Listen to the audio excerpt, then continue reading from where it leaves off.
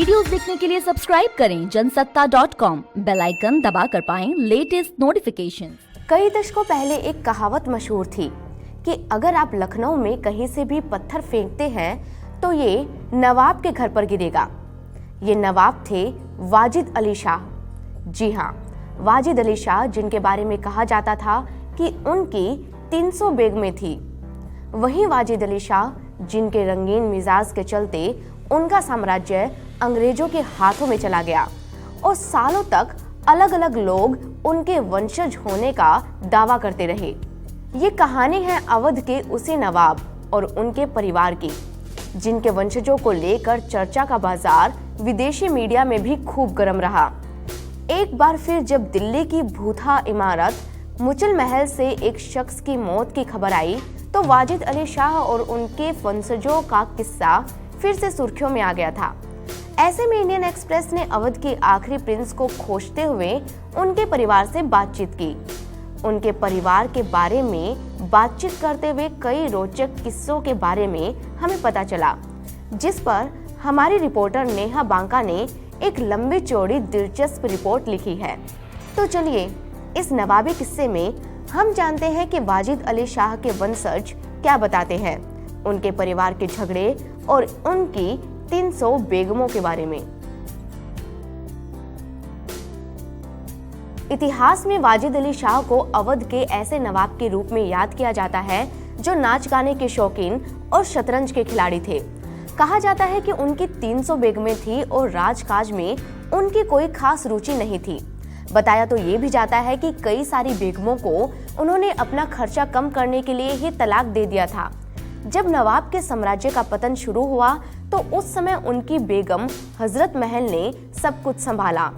नवाब के वंशज बताते हैं कि बेगम हजरत महल एक योद्धा थी। वो पर्दा नहीं करती थी और अवध साम्राज्य को बचाने के लिए उन्होंने अंग्रेजों का भी विरोध किया। साल 1857 की क्रांति में भी उन्होंने अंग्रेजों के खिलाफ अपना स्वर मुखर किया था, लेकिन उनका ये विरोध कुछ काम नहीं आ सका। अंग्रेजों ने अवध पर कब्जा कर लिया और वाजिद अली शाह को अवध से निकाल दिया गया। उन्होंने नवाब को कलकत्ता की जेल में बंद कर दिया, लेकिन बेगम हजरत महल उस वक्त उनके साथ नहीं थी, बल्कि उनके कई दूसरी बेगमें और उनके बच्चे उनके साथ थे। कहा जाता है कि उस वक्त ब्रिटिश अफसरों ने उनकी आधिकारिक पत्नियों और बच्चों के बारे में किताब में लिखा था, जिसे अवध पेंशन बुक के नाम से जाना जाता है। अवध पेंशन बुक के हिसाब से उनकी पत्नियों की संख्या कुल मिलाकर 185 दर्ज की गई थी।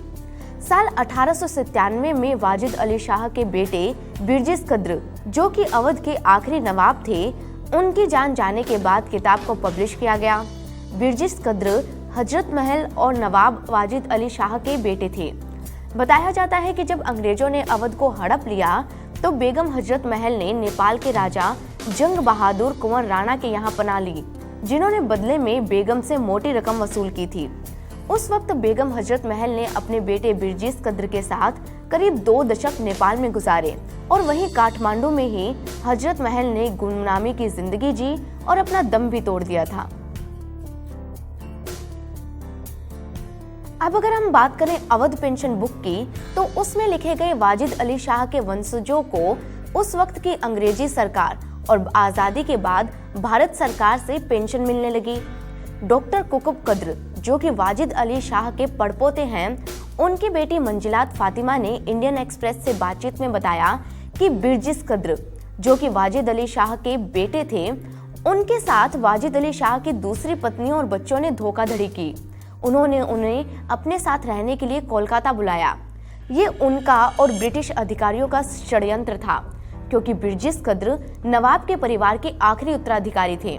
नवाब के दूसरे वंशजों ने बिरजिस कद्र को बहलाकर उन्हें ये समझाने की कोशिश की कि वे परिवार के सबसे वरिष्ठ सदस्य हैं। बिरजिस कद्र भी उनकी बातों में आ गए और वे कलकत्ता चले गए। कहा जाता है कि बिरजिस कद्र उनके बेटे खुर्शीद कद्र और जमाल आरा वाजिद अली शाह के दूसरे वंशजों के परिवार के साथ डिनर करने के लिए 14 अगस्त 1893 की रात को गए थे, लेकिन खाने में तो जहर था, इसलिए अगले ही दिन उन तीनों की जान चली गई। कहा जाता है कि बिरजिस कद्र की हत्या की खबर सुनते ही उनकी पत्नी मेहताब आरा बेगम, जो कि भारत के आखिरी मुगल सुल्तान बहादुर शाह जफर की नाती थी, वे मटिया बुर्ज चली गई। उस समय वे मां बनने वाली थी और उनके पास जवाहरातों की एक पोटली थी। मेहताब आरा के बेटे मेहर कद्र के 3 बेटे और 1 बेटी है, जिनमें से एक कुकुब कद्र मिर्जा भी है। कोलकाता के सेंट जेवियर्स कॉलेज से इकोनॉमी में बैचलर करने के बाद कुकुब कद्र मिर्जा उर्दू और पॉलिटिकल साइंस में आगे की पढ़ाई करने के लिए अलीगढ़ मुस्लिम यूनिवर्सिटी चले गए। जब उन्होंने अलीगढ़ मुस्लिम यूनिवर्सिटी से ही पीएचडी करनी शुरू की तो उनके एडवाइजर ने उन्हें उनके परिवार के इतिहास पर ही रिसर्च करने की सलाह दी। परिवार के लोगों का मानना है कि उन्होंने अपनी थीसिस में जो कुछ भी लिखा वो ही उनके परिवार के बारे में सबसे तर्कसंगत बातें थी। उन्होंने जो कुछ भी लिखा वो उर्दू में था और अब उनकी बड़ी बेटी उसे इंग्लिश में ट्रांसलेट कर रही है। वाजिद अली शाह की कई सारी शादियां हुई थी। ऐसे में अलग अलग लोग उनके वंशज होने का झूठा दावा करते रहे हैं। डॉक्टर कुकुब कद्र मिर्जा, जिनकी उम्र अब 86 साल हो चुकी है, वे वाजिद अली शाह के वंशज हैं। नवंबर में न्यूयॉर्क टाइम्स अखबार में the jungle Prince of Delhi के नाम से एक आर्टिकल छापा गया था, जिसके बाद से नवाब के परिवार के एक सदस्य की कहानी प्रकाश में आई, जो कि 14वीं सदी के एक भूतिया महल में कई दशकों से रह रहा था। दावा किया जा रहा था कि वे वाजिद अली शाह के वंशज हैं, लेकिन परिवार के मुताबिक ये कहानी फर्जी थी। लेकिन ये कहानी क्या थी, ये भी हम आपको बताते चलते हैं। कोलकाता में रहने वाला मिर्जा का परिवार विलायत महल की कहानी को जानता है। विलायत महल ये दावा करती थी कि वो वाजिद अली शाह की वंशज हैं। वो अपने बेटे साइरस, जिनका नाम रजा अली भी था, और बेटी सकीना और कुछ कुत्तों के साथ नई दिल्ली रेलवे स्टेशन के वेटिंग रूम में रहने लगी थी। विलायत महल के दावों ने दुनिया भर की मीडिया का ध्यान अपनी ओर खींचा, जिस वजह से मिर्जा को अपने भाई अंजुम कद्र और नैयर कद्र के साथ उनसे मिलने के लिए जाना पड़ा। साल 1970-80 के बीच में उनकी ये मुलाकात हुई, जिसका पछतावा मिर्जा को आज भी है। विलायत की मिर्जा से 2 मुलाकातें हुई थी और दूसरी मुलाकात दिल्ली के होटल ITC मोरिया में हुई थी। मिर्जा ने बताया कि उन्होंने जो भी दावे किए वो सब बेकार थे। विलायत ने कोई भी तथ्य पेश नहीं किए, सिवाय कुछ अखबारों की कटिंग्स के। उन्होंने बताया कि विलायत ने शरारा पहना हुआ था और वो अंग्रेजी और उर्दू में बात कर रही थी। वो खुद मान रही थी कि मिर्जा वाजिद अली शाह के असली वंशज हैं, लेकिन वो खुद को भी उन्हीं के परिवार का हिस्सा बता रही थी और खुद को वाजिद अली शाह का वंशज बता रही थी। मिर्जा ने बताया कि उन्होंने विलायत से कहा कि वे उनके परिवार के सदस्य नहीं हैं और उनकी ये बातें बेतुका है। उन्होंने कहा कि उस वक्त उनकी बेटी सकीना मौजूद नहीं थी, बल्कि सिर्फ उनका बेटा रजा वहां पर था। विलायत महल जब रेलवे स्टेशन पर रहने लगी तो राजीव गांधी ने उन्हें DDA का एक फ्लैट ऑफर किया, लेकिन विलायत को लगा कि उस फ्लैट में रहना उनके परिवार की मर्यादा के खिलाफ है, तो राजीव गांधी ने मजाक में उन्हें मूलचा महल का ऑफर दे दिया। मूलचा महल दिल्ली की एक खंडर इमारत है, जिसमें बेसिक जरूरत की चीजें तो छोड़ें, खिड़की दरवाजे तक नहीं थी, लेकिन विलायत ने वहां रहना मंजूर किया और अपने बच्चों के साथ वो वहां रहने लगी। साल 1993 में उनकी मौत हो गई। जब न्यूयॉर्क टाइम्स ने इसकी स्टोरी को पब्लिश किया था, तब जाकर ये खबर फिर से सुर्खियों में आई। लेकिन मिर्जा और उनके परिवार के लिए इस तरह से किसी के भी नवाब के वंशज होने का दावा करना कुछ नया नहीं था।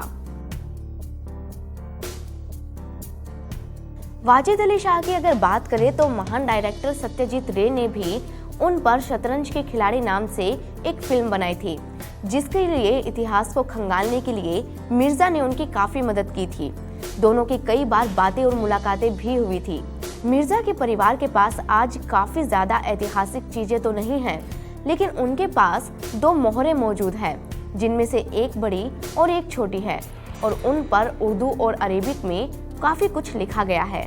नवाब के वंशज होने का दावा करने वाले तो कई लोग सामने आए हैं, लेकिन हकीकत तो ये है कि नवाब का परिवार ऐसे कई लोगों से रूबरू हो चुका है जो खुद को नवाब का वंशज बता चुके हैं, लेकिन वे झूठ निकले।